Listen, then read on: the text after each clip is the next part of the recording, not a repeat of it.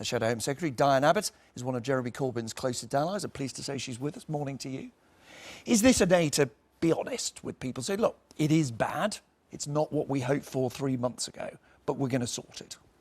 We've gone through a very difficult year, as you know, and it was always going to take time to pull round from that. The recent by-election result was disappointing, but I think we are coming together now. We've got a new Chief Whip, Nick Brown, who's one of the most experienced party managers in the House of Commons. And I think that as we come together, as you hear less noises off, I believe we can close the polling gap. Are you saying that the reason for this dismal by-election result, 10% of the vote, fourth you came, and remember under Tony Blair it was 34% of the vote, are you saying that this is the continuing legacy of disunity? You know as well as I do that there's a limit to what you can extrapolate from by-election results. And both of these by-elections are ones that we could never have expected to win. But the most recent one... He did worse than Ed Miliband did in that seat, much worse than Tony Blair. The most recent one was disappointing. But I would say to you that reports of the Labour Party's demise are much exaggerated. We are the largest social democratic party in Europe. And actually that huge surge in membership is due to the current leadership. We have the right policies on whether it's the NHS, whether it's investing in the economy.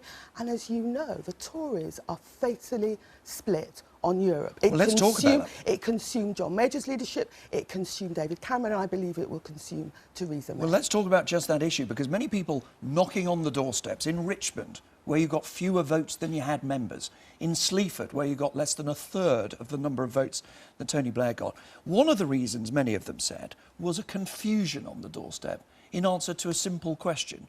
Maybe you can answer it. Are you guys in favour of Brexit, or are you in favour of stopping it? We're in favour of, first of all, respecting the votes of 17 million people that voted for Brexit. It would be very damaging for democracy if we dismiss those voters in the way the Lib Dems are. It can work for the Lib Dems in seats like Richmond. It won't work nationally. We're also in favour, under Jeremy's leadership and under the leadership of our brilliant Shadow Brexit Secretary, Keir Starmer, of getting the best possible negotiated deal. We're in favour of what's good for the British people. Well, many people might think that's a perfectly sensible position, but it sure ain't simple, is it? If you knock on a doorstep and someone wants to know very simply, look, I want to know which of these two tribes you're in. I want to know which camp you're in. One of your MPs yesterday, Steve Reed, said you risk being the party of 0%. Because surely if you're one of the leavers, one of the 52%, you might as well go off and vote for somebody who really wants to leave. And if you're one of the 48%, you might as well go off and vote for one of the parties, Lib Dems, for example, who are desperate to stay. I'm a huge admirer of Steve, but he's wrong on this. What we have to do as a national party is not just speak for the 48%, not just speak for the 52%, but bring the country together and hold the Tories to account. And one of the things that's happening, you know, and will become clearer as we move into the new year, Tories are completely mishandling Brexit. All Theresa can say is Brexit means Brexit. So what we want to be clear about is how Labour will handle this in the future, particularly if you get more parliamentary votes, if the Supreme Court rules against the government. Now, are you saying to people, we'll hold this up, we'll block it if we don't get our way on workers' rights and other things? Or are you saying, well, because we respect the will of the people, we're going to vote for this come what may? We're not going to block it in a trivial way, but they're really important issues to the British economy. If we lose access to the single market, let alone the customs union, that would be a huge blow to the British economy. And so in those circumstances, you might block it? We will, no, block it. Block sounds like we're being willful. We will make the case for what's right for the British economy. What else would you expect us to do? Well, you know in the end, as I do, that all oppositions can do in Parliament, because usually they lose votes. That's the nature of opposition. Usually the government has a majority. All you can do in the end, whatever your view is on anything, is try to slow business down or to defeat the government.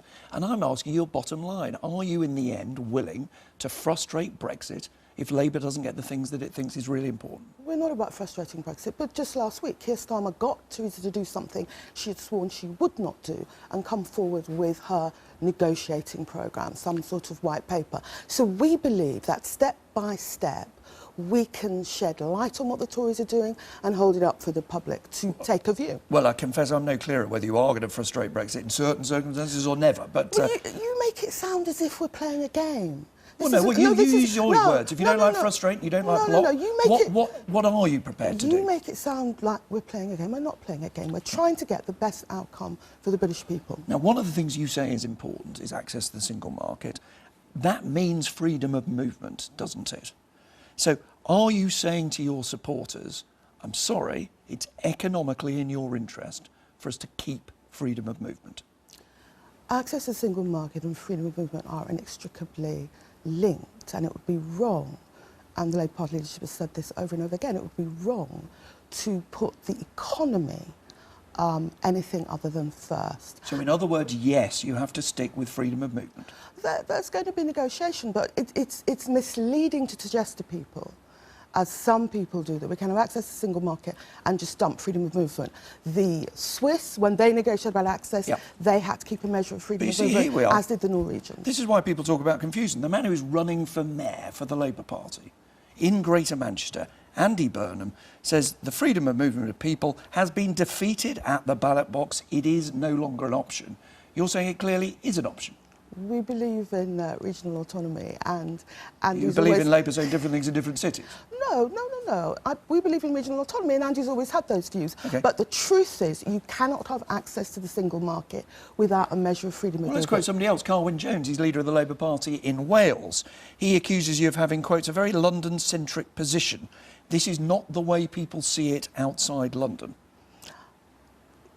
Wales and the West Country and the North East are some of the parts of the country that have the most to lose by coming out... Forgive me. He's the First Minister. He's the leader of the party at Wales. I know, but what I'm saying to you is that some of the areas that were most pro-Brexit are actually the areas that we need to fight for in terms of investment and in terms of protecting British industry. So you, as an inner London MP, you know more than the leader of the Labour Party in Wales or the man who's running for mayor in Greater Manchester? Well, if you're talking about immigration, if that's what they're talking about, my experience is that Labour Party members all over the country want immigration rules that are fair, and they want reasonable management of migration. And I've been all over the country, and that's what I found. Do you still believe that the people that complain about freedom of movement want, and I quote, to see less foreign-looking people? There is that element. There's no question that's element. However... does Andy Burnham think that? There are perfectly... Does the leader of the party in Wales think that? There are perfectly legitimate political reasons to vote for Brexit, you know. No, I'm asking about freedom of movement, particularly. Well, no, but if Tony Benn was alive, he'd have voted for Brexit. So I don't tar all the people that voted for Brexit with the same brush.